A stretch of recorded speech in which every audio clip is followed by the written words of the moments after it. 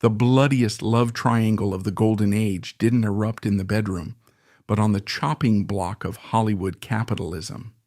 While Marilyn Monroe tore apart the cage of stupid blonde to demand her rights as a human being, right next door, Jayne Mansfield committed intellectual suicide by entering that very same cage. The studio mogul didn't bother firing Marilyn. He chose to kill her. He whitewashed a scapegoat, cruelly forcing the original to watch helplessly as someone else skinned her, stole her voice, and devoured her life day by day. Two sex symbols tore each other apart, entirely unaware they were merely cheap interchangeable components trapped inside the same ruthless machine. The hand operating the gears of that machine belonged to the man at the absolute top. Darryl F. Zanuck ruled 20th Century Fox with the unquestioned authority of a feudal lord. He was defined by a pathological need for control. He viewed women not as artists, not as collaborators, and certainly not as human beings. He viewed them as raw material. They were commodities to be consumed, processed, packaged, and monetized.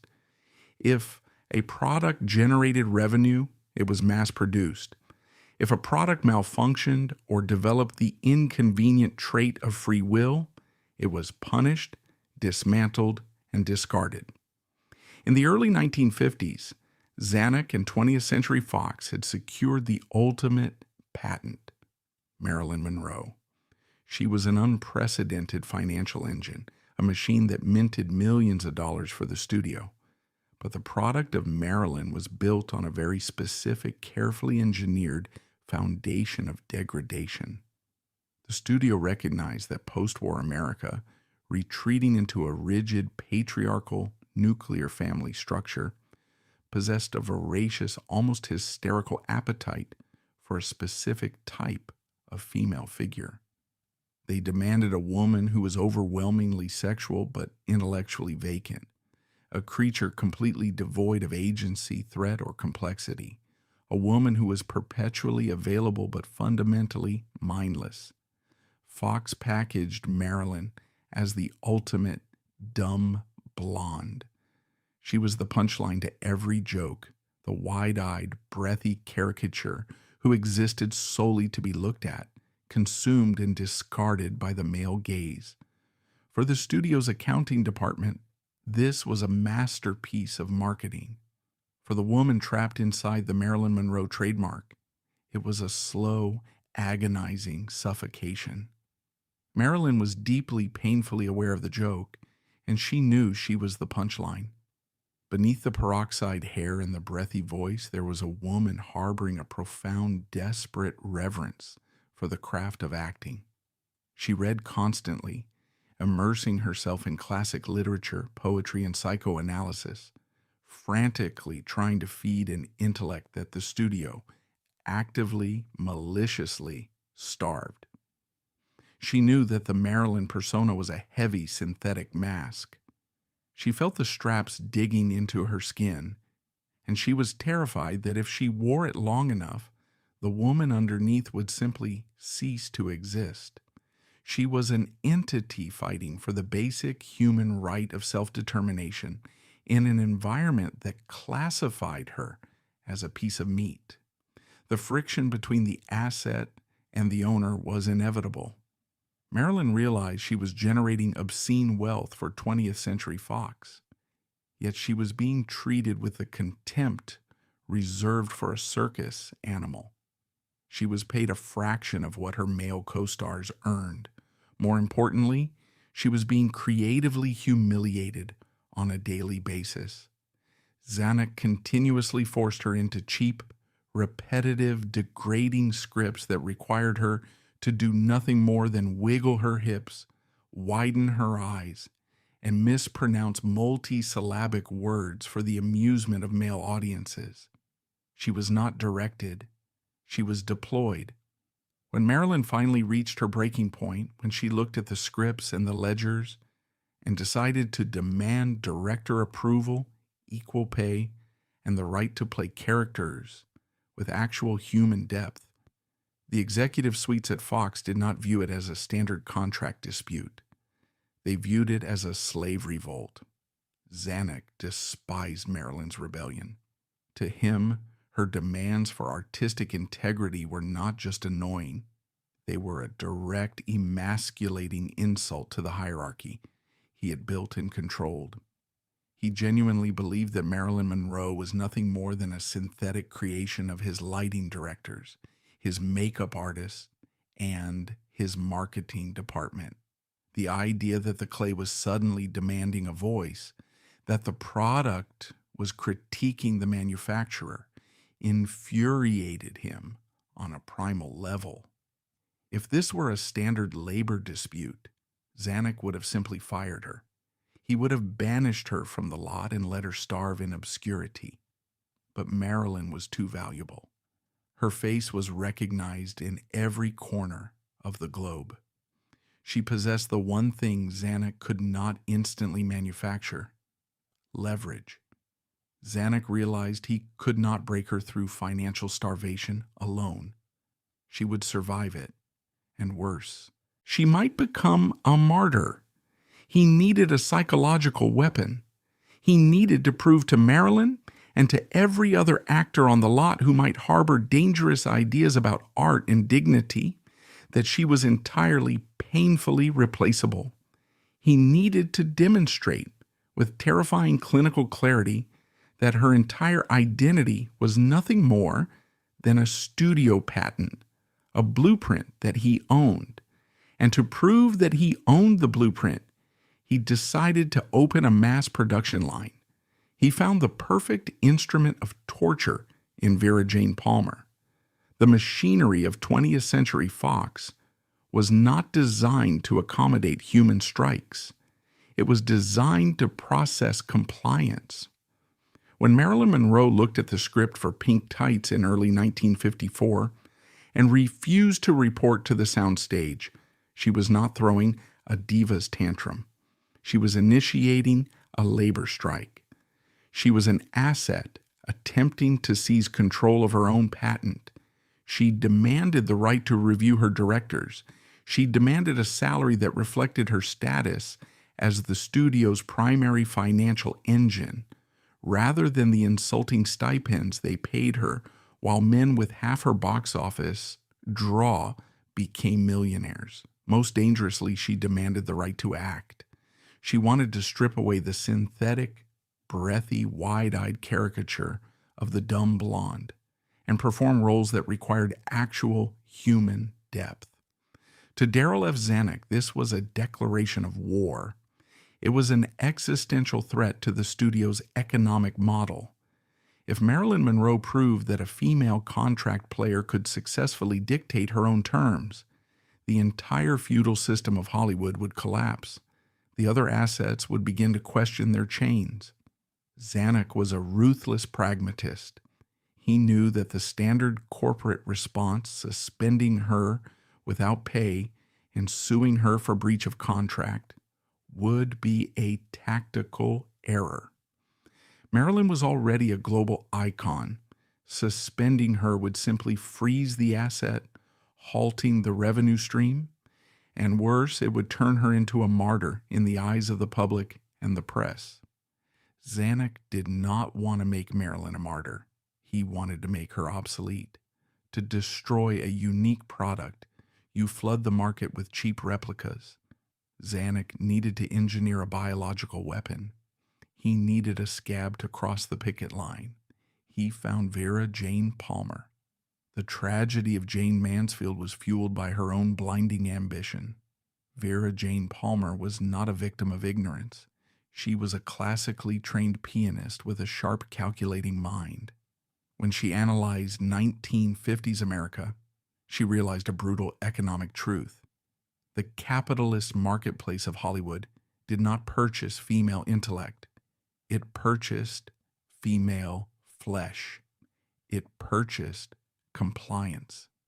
Jayne recognized that the public was addicted to the specific narcotic of the Marilyn Monroe archetype, the helpless, hypersexualized infant woman. Jayne Mansfield looked at the throne Marilyn had built, saw the wealth it generated, and made a calculated decision to commit intellectual suicide. She would become the ultimate exaggerated parody of the very thing Marilyn was trying to escape. She would trade her towering intellect for a 40-21-35 measurement. She would willingly lobotomize herself for a place on the marquee. When Darrell F. Zanuck looked at Jayne, he did not see a replacement. He saw a weapon of psychological destruction. He recognized that Jayne's shrewd calculation was exactly what made her the perfect replacement.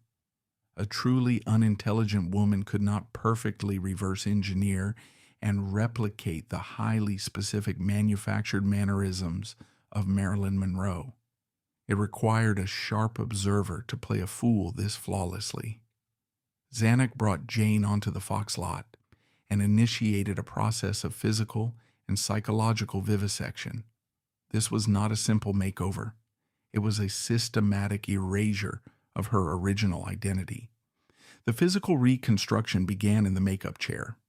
Jayne was naturally a brunette. Marilyn's signature was a blinding, unnatural shade of platinum blonde. Zanuck ordered the Fox makeup department to erase Jayne's natural coloring.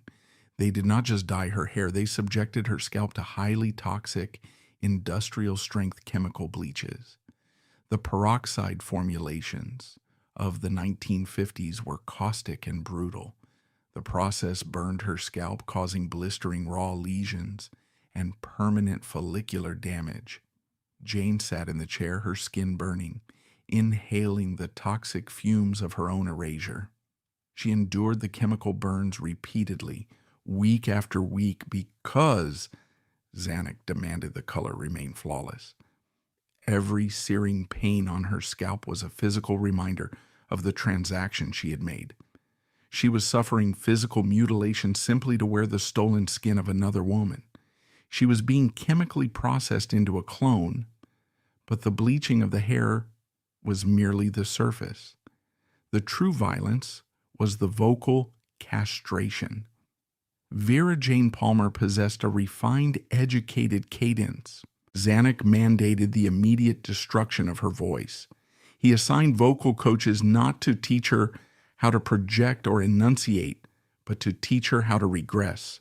He forced her to artificially compress her larynx, to pitch her voice unnaturally high, to adopt a breathless, infantile whisper that suggested a state of perpetual, mindless sexual arousal. He made her practice squealing. He made her rehearse high-pitched, vacuous giggles for hours on end. He took a woman who could discuss European literature in French and German and forced her to communicate exclusively through the squeaks and purrs of a stunned animal. Jayne complied. She systematically unlearned her own vocabulary. She murdered her own syntax. She allowed Zanuck to tune her vocal cords to the exact frequency of male lust and corporate mockery. Once the prototype was fully assembled, the toxic platinum hair, the engineered giggle, the inflated breasts, Zanuck deployed the clone. He did not send Jayne immediately to a soundstage. He sent her to a dressing room. This is where Zanuck's behavior crossed the line from ruthless capitalism into calculated psychological cruelty. In the architecture of the studio system, geography was power. The location and size of an actor's dressing room dictated their exact value on the corporate ledger. When Marilyn Monroe, exhausted, insecure, and heavily medicated, finally returned to the 20th Century Fox lot to negotiate her truce, Zanuck executed his masterstroke of psychological warfare. He took Jayne Mansfield, the chemical clone, the walking, breathing insult, the living embodiment of the brainless whore. Marilyn was fighting so desperately not to be, and he assigned her the dressing room immediately adjacent to Marilyn's. They shared a wall. It was an act of profound, calculated architectural torture. Zanuck forced Marilyn to arrive at the studio every single morning and physically confront the grotesque parody of her own existence. Marilyn had to walk past the door bearing the name of the woman who had stolen her hair color, stolen her voice, and stolen her exact physical dimensions. Because the walls of the studio bungalows were famously thin, the proximity was a daily auditory nightmare. Marilyn had to sit in her dressing room, trying to study Stanislavski, trying to memorize lines, trying to hold on to her fracturing sanity while listening to the sounds coming from next door. She had to listen to Jayne Mansfield practicing the breathless Marilyn giggle. She had to listen to the clone reciting lines in the exact cadence she had invented. She had to hear the rustle of the exact same costumes, the popping of the flash bulbs, the exact same industrial machinery that had built her now servicing her replacement. Marilyn Monroe was forced to witness her unique identity, the persona she had endured years of sexual abuse and psychological trauma to build, being casually ripped off her body and pasted onto a more obedient piece of meat. Zanuck was sending a clear, inescapable message broadcast directly through the drywall. You are not a human being. You are not an artist. You are a patent. You are a highly profitable configuration of flesh and hair, and I hold the copyright. If you do not perform the exact function I built you for, I will simply flip the switch on the factory line and print 1,000 more just like you.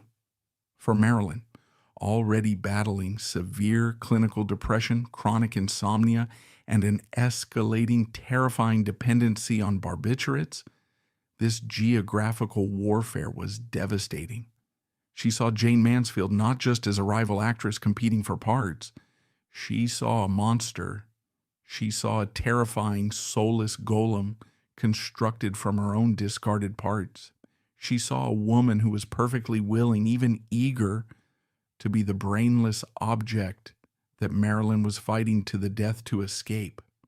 And Darryl F. Zanuck sat in his executive suite, reviewing the daily ledgers, completely insulated from the human collateral damage. He watched the psychological carnage unfold on the lot below with the detached satisfaction of an engineer testing a new weapon. He had successfully weaponized one woman's blind ambition to crush the fragile artistic soul of another. The clone was in position. The original was bleeding out psychologically. The chessboard was set. The pieces were locked in their torturous proximity. The surgical annihilation of human dignity was complete, but the most humiliating phase of the cross-exploitation was only just beginning. Zanuck was about to hand the clone a script and force the original to watch her eat the garbage. The ultimate humiliation engineered by the 20th Century Fox executives was not geographical. Placing the clone's dressing room next to the original's was merely a psychological softening tactic, a way to establish a baseline of daily paranoia. The true, devastating trauma, the mechanism that elevated this dynamic from a standard corporate dispute to a masterpiece of industrial cruelty, was a process of cross-exploitation. The studio did not just want to replace Marilyn Monroe. They wanted to force her to watch her own replacement cannibalize the very garbage she had fought so hard to throw away. To break an artist, you must degrade their art. Marilyn Monroe had initiated her strike because she was suffocating under the weight of the dumb blonde caricature. She wanted to play Grushenka in The Brothers Karamazov. She wanted to work with Lee Strasberg. She wanted to bleed on camera and be recognized as a human being. She had explicitly, aggressively rejected the vacuous, hypersexualized scripts 20th Century Fox kept sliding across her desk. There was one script in particular that served as the ultimate insult. It was a property titled Will Success Spoil Rock Hunter? Originally a Broadway play written by George Axelrod, the narrative was not a subtle piece of fiction. It was a direct, crude, and merciless satire of the Hollywood studio system. And more specifically, it was a character assassination of Marilyn Monroe. The central figure was a fictional actress named Rita Marlowe, a squeaking, bouncing, brainless sex symbol who manipulated men through sheer overwhelming anatomy and a staggering lack of intellectual depth. When the script was presented to Marilyn, she recognized the reflection immediately. It was a grotesque funhouse mirror. It was the studio system holding up a cartoon of her own trauma and asking her to perform it for laughs. Marilyn was disgusted. She spat on the concept. She flatly, unequivocally refused to have anything to do with a project designed to mock the very chain she was trying to break. She threw the script back in the executives' faces. In a normal business environment, a rejected script is shelved or rewritten. But Darryl F. Zanuck did not operate a normal business. He operated an abattoir. The studio executives picked the script up from the floor. They smoothed out the pages, walked over to their newly manufactured clone, and handed it directly to Jayne Mansfield. This was the absolute apex of the parasitic machine. Zanuck was taking the discarded refuse of Marilyn Monroe, the exact instrument of her degradation, and turning it into a crown for Jayne Mansfield. He cast Jayne as Rita Marlowe in the film adaptation of Will Success Spoil Rock Hunter, and he made sure Marilyn Monroe knew every single detail of the production. The tragedy of this moment rests entirely on the shoulders of Vera Jane Palmer. If Jayne had been the idiot she portrayed on screen, she could be forgiven. A fool does not know when they are being used as a blunt instrument. But when Zanuck handed her the script for Rock Hunter, her analytical mind processed the text instantly. She knew exactly what George Axelrod had written. She knew she was not playing a character. She was playing a weaponized parody of the woman in the dressing room next door. She knew she was being used as a corporate enforcer to publicly flog a rival actress. She knew she was the punchline to a very cruel joke, and she accepted the role anyway. This is the horrifying core of Jayne Mansfield's existence in the 1950s. Her thirst for fame, her desperate, bottomless hunger for the flash of the paparazzi bulbs, completely overrode her self-respect. She voluntarily swallowed her own dignity. She looked at the toxic waste of Marilyn's career and happily devoured it, simply because it guaranteed her name on a marquee. She willingly stepped into the skin of a brainless bimbo, suppressing her 5 languages and her classical training to become a walking, talking corporate insult. Zanuck watched this transaction with cold, predatory satisfaction. He had engineered a perfect closed-loop system of exploitation. He used Marilyn Monroe's strike, her absence from the screen, as the financial justification to divert millions of dollars in marketing capital to Jayne Mansfield. He bought billboards. He orchestrated magazine covers. He flooded the American consciousness with the image of the clone. Then Zanuck used the artificially inflated, studio-funded rise of Jayne Mansfield to scream a silent, devastating message directly into Marilyn's face. Look at her. Look at how easily you are replaced. Look at how eagerly she eats the garbage you refused. You are not a generational talent. You are a highly specific configuration of flesh and peroxide, and I have successfully mass-produced you. Your rebellion is meaningless because your identity is a copyright, and I own the patent. The psychological pressure cooker inside the 20th Century Fox lot had reached critical mass. Pushed into a corner, stripped of their autonomy, and heavily medicated just to survive the grueling 16-hour shooting schedules, the 2 women reacted exactly the way the patriarchal studio system designed them to react. They did not unionize. They did not form an alliance to attack the man sitting in the executive suite who was destroying both of their lives. Instead, blinded by paranoia and manipulated by the corporate machinery, the original and the clone turned their weapons on each other. The boardroom strategy bled out into the tabloids. The Cold War of the dressing rooms erupted into a vicious public underground war of mutual destruction. The arena was the gossip columns, the Hollywood parties, and the flashing bulbs of the press corps. Jayne Mansfield, acutely aware that she was the usurper, initiated the offensive. Her strategy was entirely physical. She understood the visual economy of Hollywood better than any studio executive. She knew that Marilyn possessed a fragile, luminous vulnerability that the camera loved. Jayne could not compete with Marilyn's soul, so she decided to obliterate her with sheer, aggressive, weaponized anatomy. Jayne underwent surgical and physical modifications to ensure she was visibly, aggressively larger than Marilyn. She cultivated a 40-inch bust. She weaponized her own flesh, turning her body into a blunt instrument designed to hijack the media cycle and steal the oxygen from any room she entered. She instructed her designers to cut her dresses not to flatter her, but to shock. The climax of Jayne's tactical physical warfare occurred at a welcome dinner in Beverly Hills. It is an event immortalized in one of the most famous photographs in Hollywood history, but the photograph is almost always misinterpreted.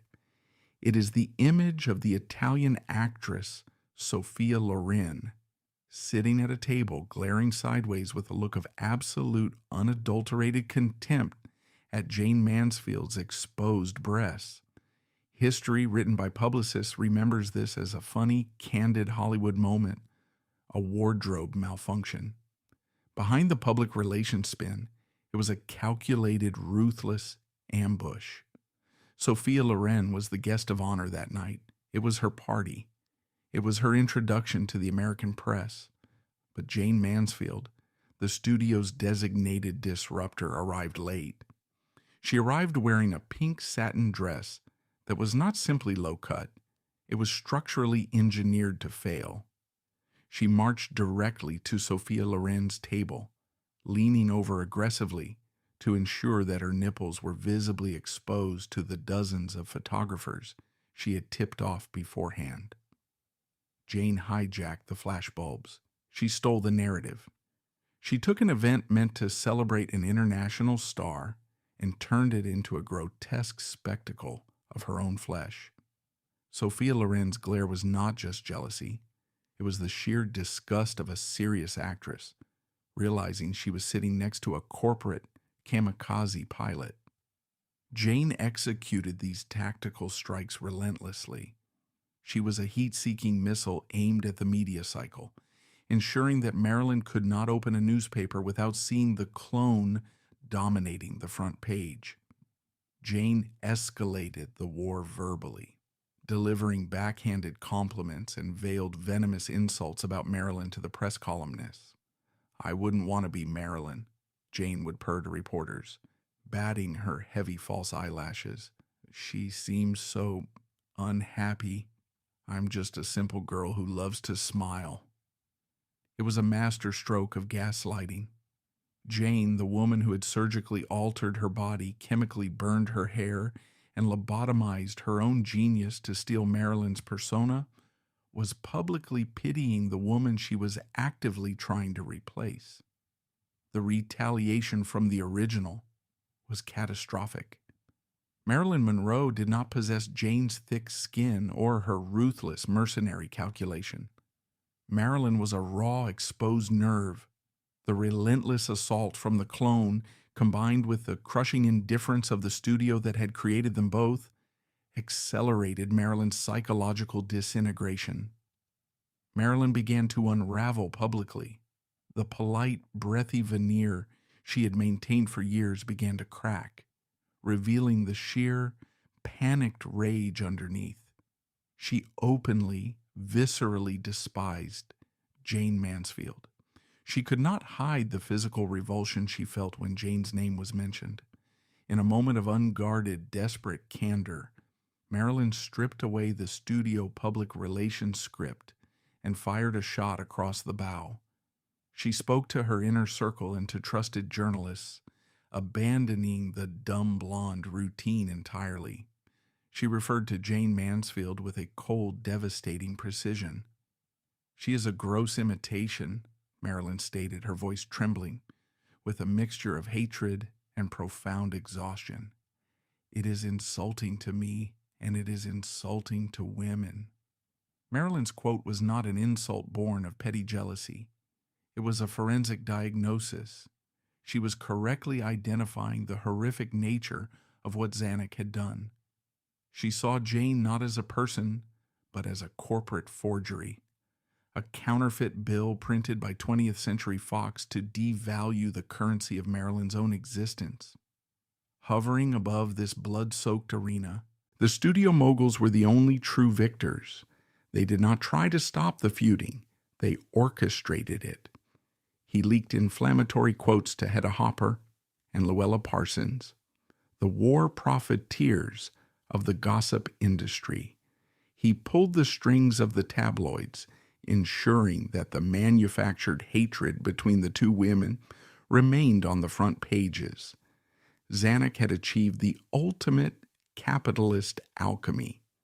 He had taken the profound clinical depression and artistic frustration of Marilyn Monroe, combined it with the blind suicidal ambition and suppressed genius of Jayne Mansfield, and converted their mutual psychological destruction into a billion-dollar revenue stream.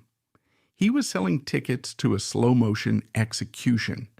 The public bought the magazines, watched the movies, and chose sides, entirely unaware that they were watching two women being crushed to death by the gears of a machine that viewed their pain as a highly marketable commodity. But a machine running at this velocity, fueled by chemical stimulants, sleep deprivation, and pure paranoia, cannot sustain itself indefinitely. The tension of this corporate triangle had pushed both the original and the clone past the biological and psychological limits of human endurance.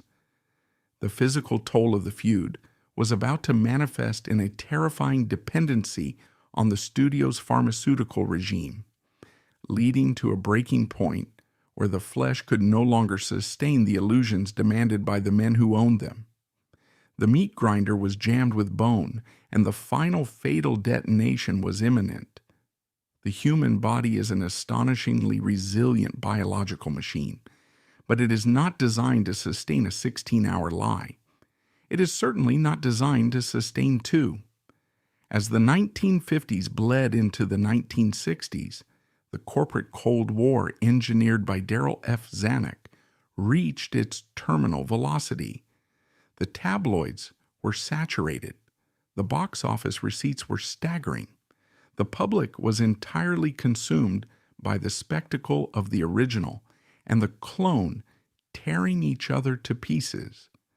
But behind the reinforced gates of the 20th Century Fox lot, the physical and psychological infrastructure of Marilyn Monroe and Jayne Mansfield was experiencing catastrophic multi-organ failure. The studio system did not recognize biological limits. To men like Zanuck, flesh was merely celluloid that breathed. It was expected to perform on command with flawless consistency, regardless of the internal decay. But the specific demands placed upon Marilyn and Jayne were uniquely brutal, even by Hollywood standards. They were not just required to act, they were required to embody an impossible cartoonish geometry, and they were required to do it while actively engaged in a corporate-mandated psychological war. The daily physical reality of this existence was a grueling regimen of physical binding and sleep deprivation. To maintain the surreal, hyper-exaggerated hourglass figures demanded by the blonde bombshell patent, the legendary 40-21-35 measurements, both women were subjected to extreme physical compression.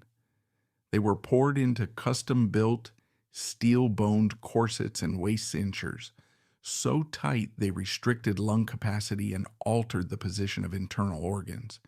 They were sewn into dresses so restrictive they could not sit down between takes. To sit would crease the fabric and ruin the illusion of painted-on perfection. Therefore, during a standard 16-hour shooting day under the blistering 100-degree heat of the Klieg lights, they had to stand. They stood on leaning boards, gasping for shallow breaths, sweating under layers of heavy Max Factor pancake makeup, waiting for the director to scream action so they could instantly project a bubbly, effortless, mindless sexuality. It was a physical impossibility to maintain this state of aggressive, hyper-aroused vacancy naturally. The human nervous system simply cannot generate that level of sustained synthetic energy while simultaneously processing the crushing humiliation of their respective circumstances. To bridge the gap between biological reality and corporate demand, the studio system deployed its most insidious weapon, the medical establishment. Hollywood in the 1950s operated its own shadow healthcare system. The major studios retained teams of highly paid, morally bankrupt physicians whose primary directive was not the health of the patient, but the protection of the asset's shooting schedule. These were the fixers with prescription pads. When an actress was too exhausted to smile, too depressed to stand, or too traumatized to face the camera, she was not given time off. She was given a chemical override. To fuel the grotesque machinery of the Monroe-Mansfield feud, both women were inducted into a state-sponsored pharmaceutical regime. It was a vicious, inescapable cycle of chemical manipulation designed to hijack their central nervous systems. The mornings began with amphetamines. To jolt the exhausted assets out of bed at 4 a.m., the studio doctors prescribed dexedrine and benzedrine, powerful central nervous system stimulants. These pep pills suppressed appetite, ensuring the women maintained the emaciated waistlines required by their corsets, while simultaneously flooding their brains with artificial dopamine. The amphetamines manufactured the manic, wide-eyed, breathless energy that the public mistook for natural charisma. When Marilyn Monroe giggled on screen, or when Jayne Mansfield squealed for the paparazzi, the public was not looking at joy. They were looking at a chemical reaction.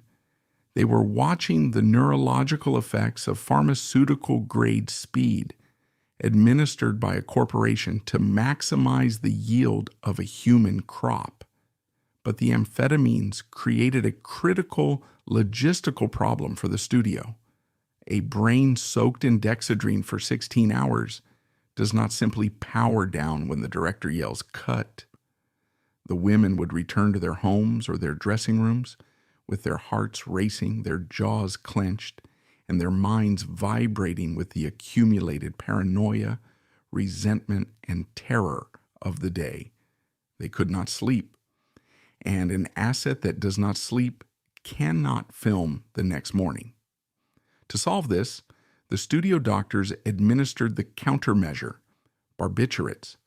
To force the assets into a state of unconsciousness, they were heavily prescribed Nembutal, Seconal, and Amytal, potent, highly addictive central nervous system depressants. These were not gentle sleep aids. They were chemical sledgehammers designed to knock the brain offline.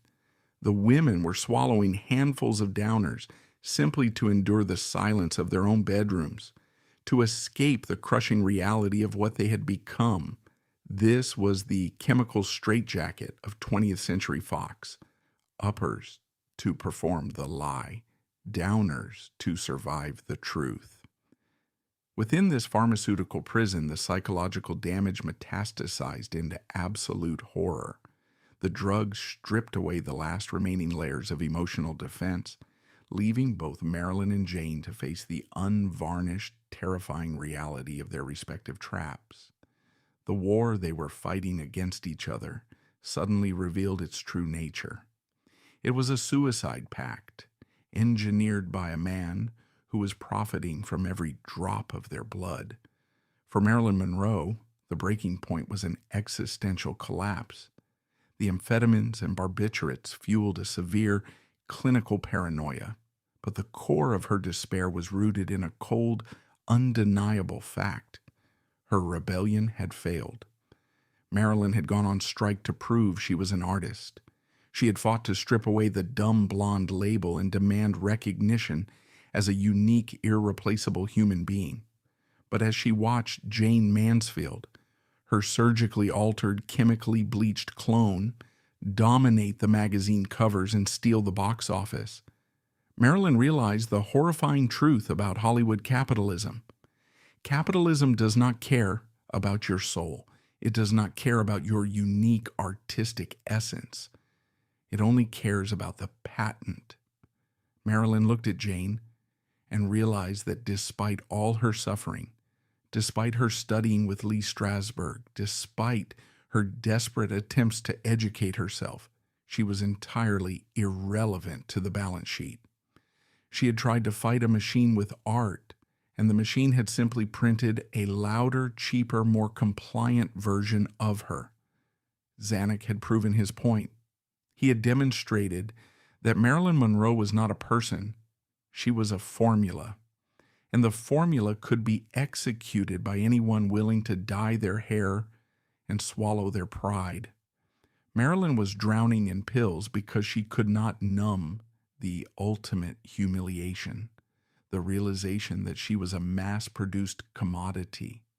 Her uniqueness was an illusion she had sold to herself. She realized that no matter how hard she fought for her humanity, the men in the executive suites would always hold the power to copy her, paste her, and erase her. She was slowly poisoning her own organs to cope with the trauma of being rendered obsolete while she was still breathing. But if Marilyn's tragedy was the loss of her uniqueness, Jayne Mansfield's tragedy was a horror of an entirely different, arguably more agonizing psychological nature. Jayne Mansfield's breaking point was the realization of her eternal entrapment. Jayne had voluntarily suppressed her own brilliant mind to play the role of the ultimate idiot, believing it was a temporary transaction. She thought she could use the dumb blonde caricature to break into the industry, amass power, and eventually reveal her true intelligent self to the world. She thought she was outsmarting the system. But as the 1950s closed, Jayne realized the lethal miscalculation of her strategy. The system had outsmarted her. Jayne had won the battle for attention. She had successfully hijacked the media cycle.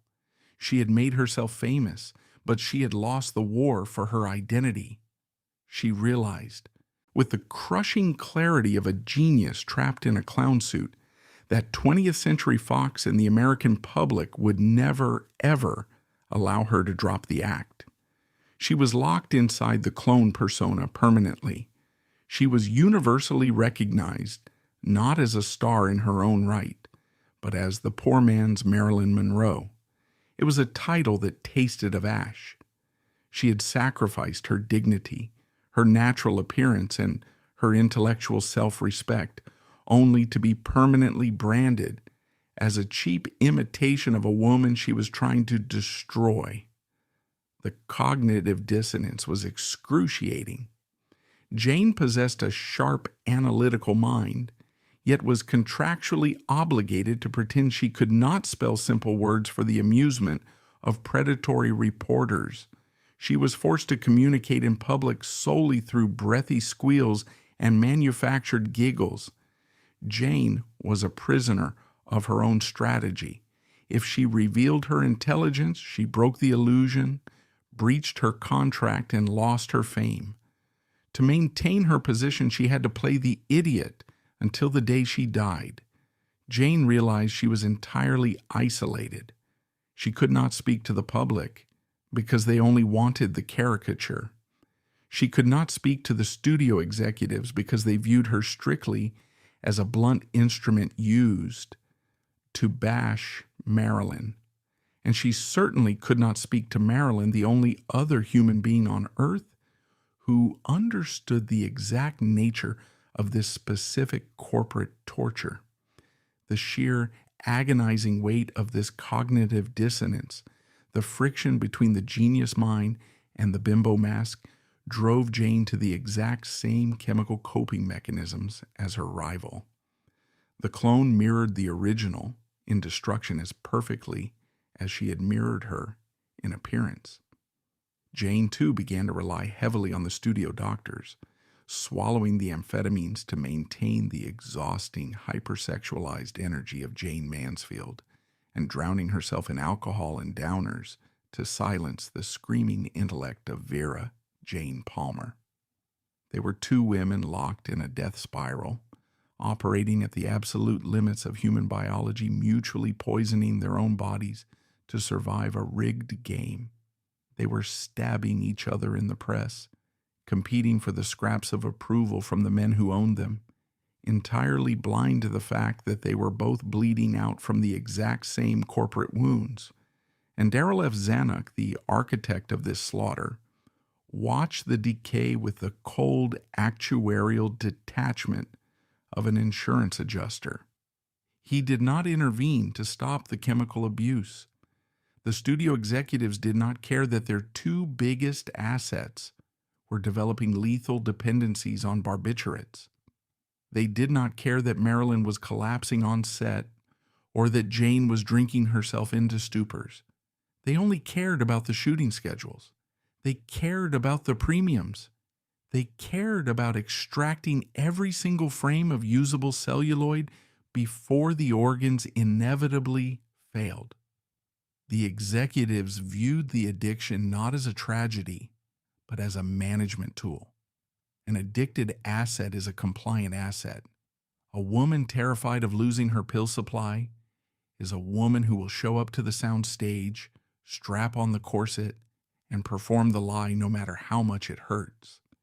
Zanuck had weaponized their ambition, and now he had weaponized their biology.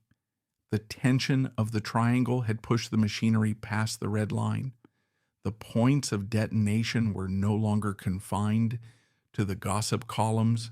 They were occurring inside the bloodstreams and the synapses of the women themselves. The meat grinder was choking on the sheer volume of trauma it had processed.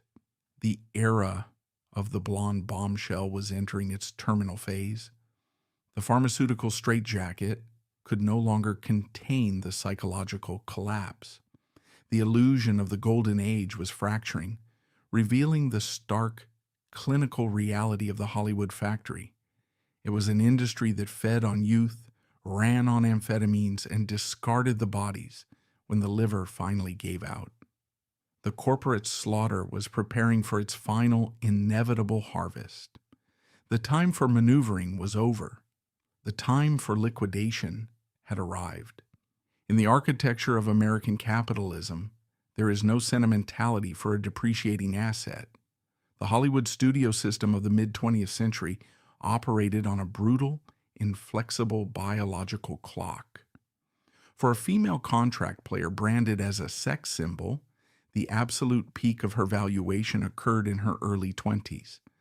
By the time she reached 30, she was classified by the accounting departments as a high-risk investment. The moment the physical geometry began to require too much lighting, too much corseting, and too much pharmaceutical intervention to maintain the illusion of youth, the corporation initiated the process of liquidation. The feud between Marilyn Monroe and Jayne Mansfield had generated unimaginable wealth for 20th Century Fox. Darrell F. Zanuck had successfully weaponized their mutual psychological destruction. turning their paranoia into a global spectator sport. But as the 1960s dawned, the internal mathematics of the studio began to shift. The pharmaceutical straitjacket of amphetamines and barbiturates was failing. The assets were breaking down. They were missing shooting days. They were collapsing on set. The cost of maintaining the lie was rapidly eclipsing the revenue it generated. When an industrial machine realizes a tool is too expensive to repair, it does not offer the tool's sympathy. It throws it onto the scrap heap. The final phase of this corporate love triangle was not a dramatic confrontation between the original and the clone. It was a cold, clinical, synchronized execution by the system that owned them both. The liquidation of the original commenced in the spring of 1962. Marilyn Monroe was 36 years old. In the eyes of the studio executives, she had survived a decade past her expiration date. Her physical and psychological infrastructure was in a state of absolute ruin. The years of chemical dependency, chronic insomnia, and the relentless grinding humiliation of her corporate existence had stripped away her ability to function reliably. The catalyst for her downfall was a film ironically titled Something's Got to Give. 20th Century Fox was hemorrhaging money due to the disastrous production of Cleopatra. The executives panicked and needed a scapegoat. They looked at Marilyn, often late, frequently ill and heavily medicated, and fired her.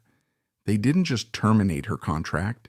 They orchestrated a vicious smear campaign, leaking stories to the press to brand the woman who had defined a decade as a toxic, unemployable liability.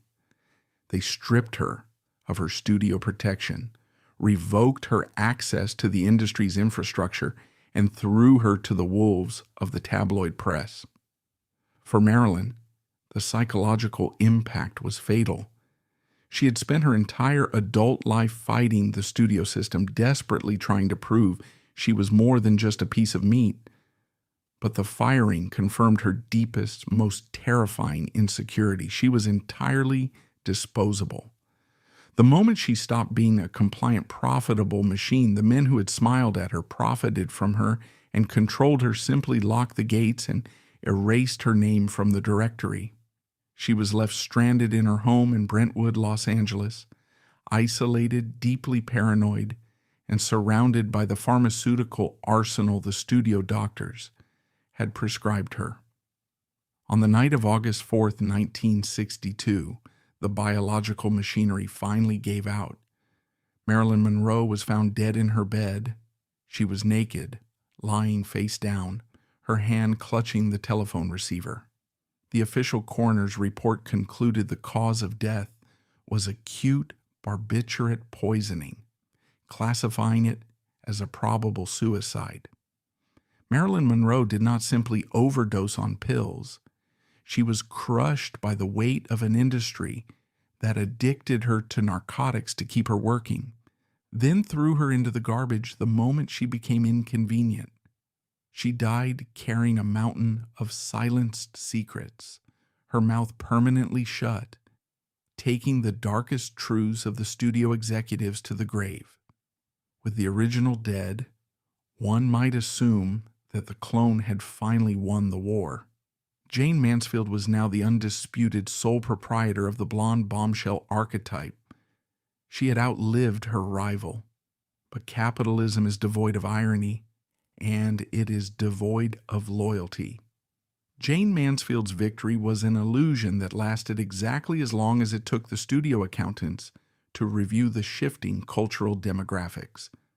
The true, horrifying tragedy of Jayne Mansfield's existence is that her entire identity was a derivative asset.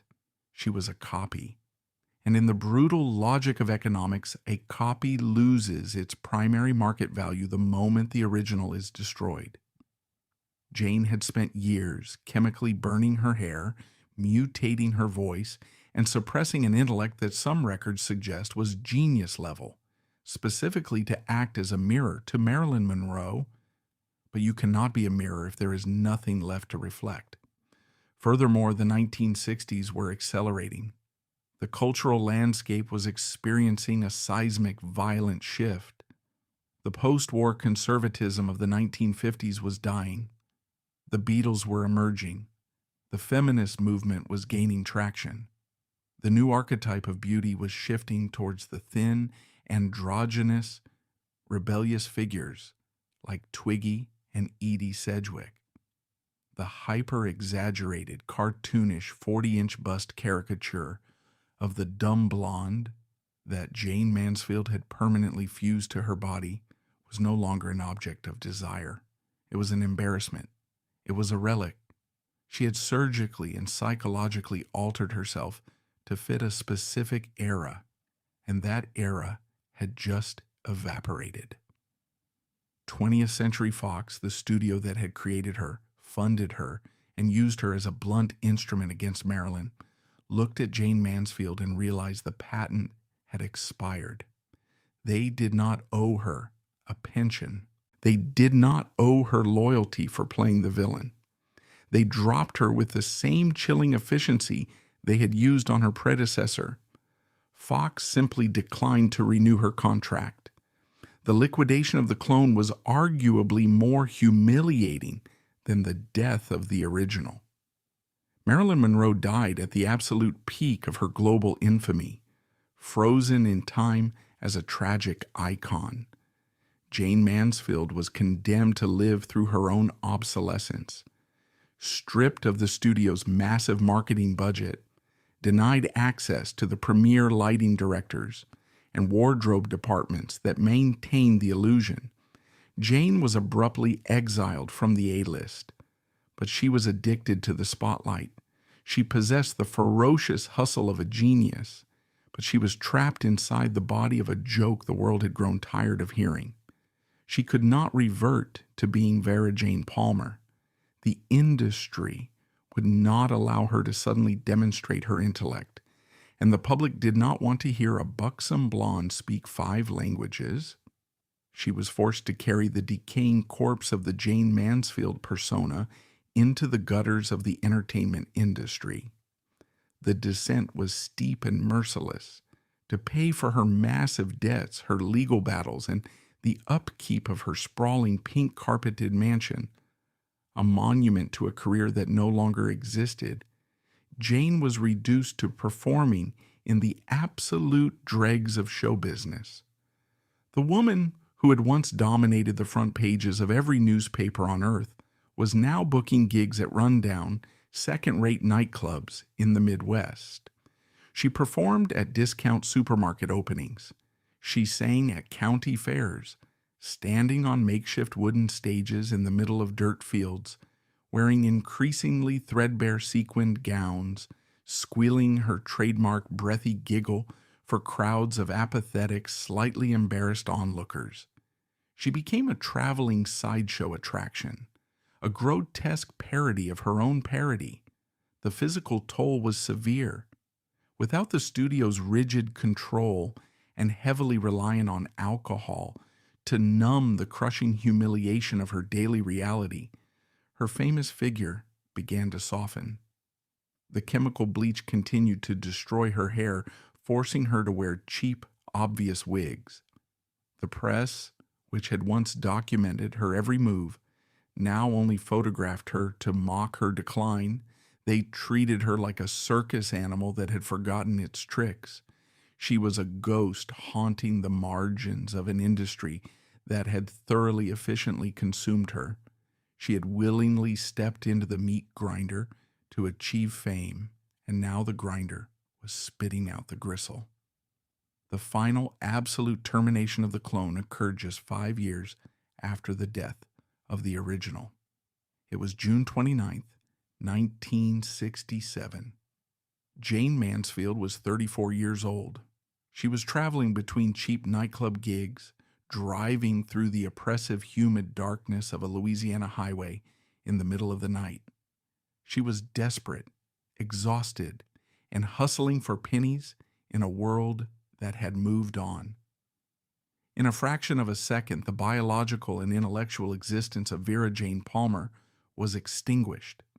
The car she was riding in smashed at high speed into the rear of a tractor trailer that had slowed down for a mosquito fogging truck. The impact was catastrophic. The roof of the car was sheared off completely. Jayne Mansfield suffered massive, instantaneous cranial trauma. The horrific reality of the crash scene fueled sensationalized tabloid rumors of decapitation, turning a mother's violent final moments into a cheap, urban legend. She died exactly as the studio system had conditioned her to live, violently, publicly, and reduced entirely to a spectacle of physical wreckage. The war was over. The two greatest, most recognizable sex symbols of the 20th century, the original and the clone, were dead before either of them reached their 40th birthday. They had spent the prime years of their lives locked in a corporate-mandated death match, poisoning their bodies, destroying their minds, and tearing each other to pieces, entirely blind to the fact that they were fighting over a cage they were both locked inside. For the Hollywood studio system, death was not a tragedy. It was a business opportunity. The depravity of the 1950s machine did not end when their hearts stopped beating. The industry simply entered its final, most profitable phase by monetizing their corpses. When Marilyn Monroe's body was discovered in her Brentwood home, the first responders were not necessarily the medical examiners. Studio fixers, public relations executives, and lawyers were embedded in the LAPD dispatch networks. The immediate priority of the industry was not to ascertain the psychological torment that drove a 36-year-old woman to swallow a lethal dose of Nembutal. The priority was containment. While she was alive, Marilyn was a disruptive piece of machinery. She demanded script approval.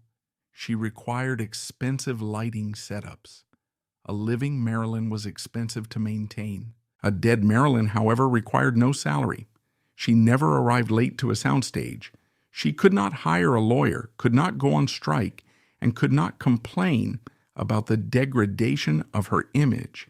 In death, she was permanently frozen as a silent, compliant, two-dimensional trademark.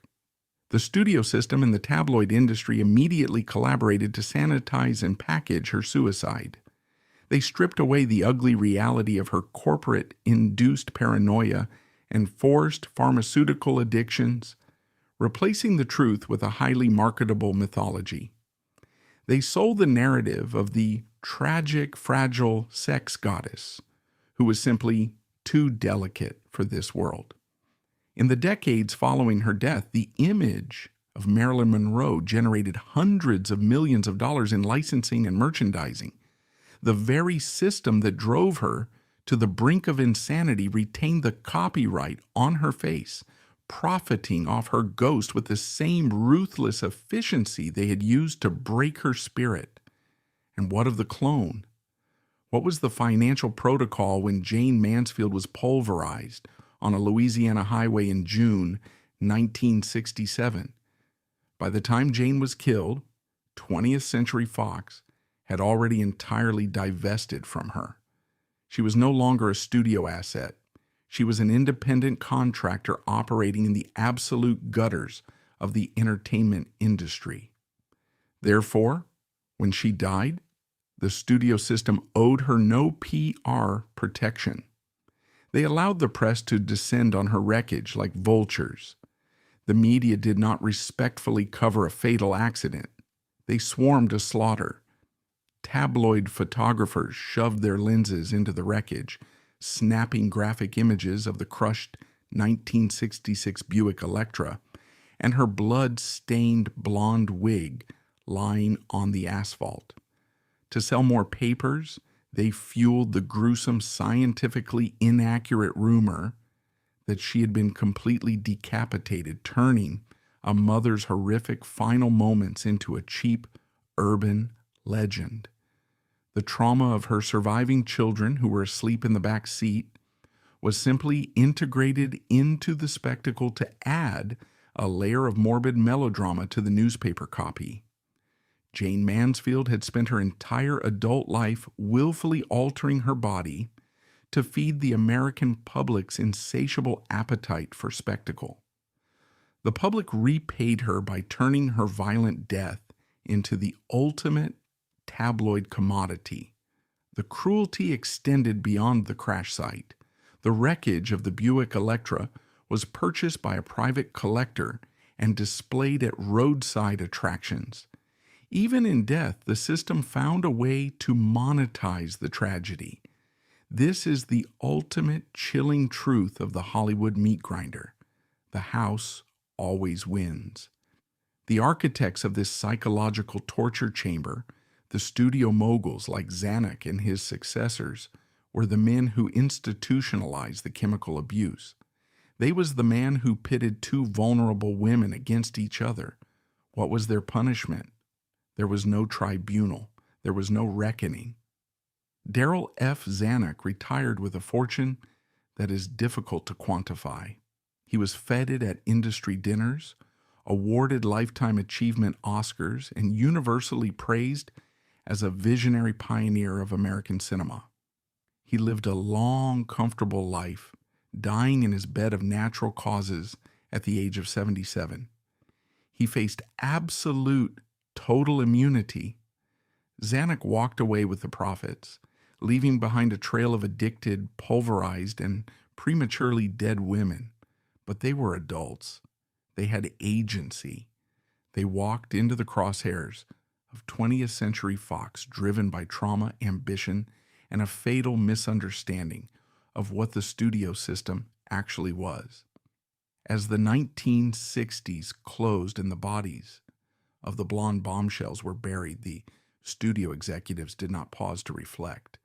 They simply looked further down the demographic ladder. If adult women were becoming too difficult to manage, too prone to rebellion, and too expensive to medicate, the solution was obvious. You find assets that do not possess the legal right to unionize. You find assets that cannot read a contract. You find assets that are entirely dependent on predatory stage parents and corporate doctors. You pivot from the exploitation of women to the cannibalization of children. What happens when the industrial pharmaceutical regime used to break Marilyn Monroe is applied to the central nervous system of an 8-year-old? What happens to the developing brain of a teenager when corporate physicians mandate a diet of black coffee, chicken soup, and handfuls of amphetamines to ensure she can dance with a smile for 16 uninterrupted hours? The psychological warfare inflicted upon the adults of the Golden Age was merely a dress rehearsal for the atrocities committed in the juvenile wards of the studio system. Marilyn fought to prove she was a human being, and the system destroyed her for it. Jayne surrendered her humanity to become a product, and the system discarded her when she expired. They walked into the crosshairs driven by ambition, unaware that in the golden age of Hollywood, the machinery always outlived the muse.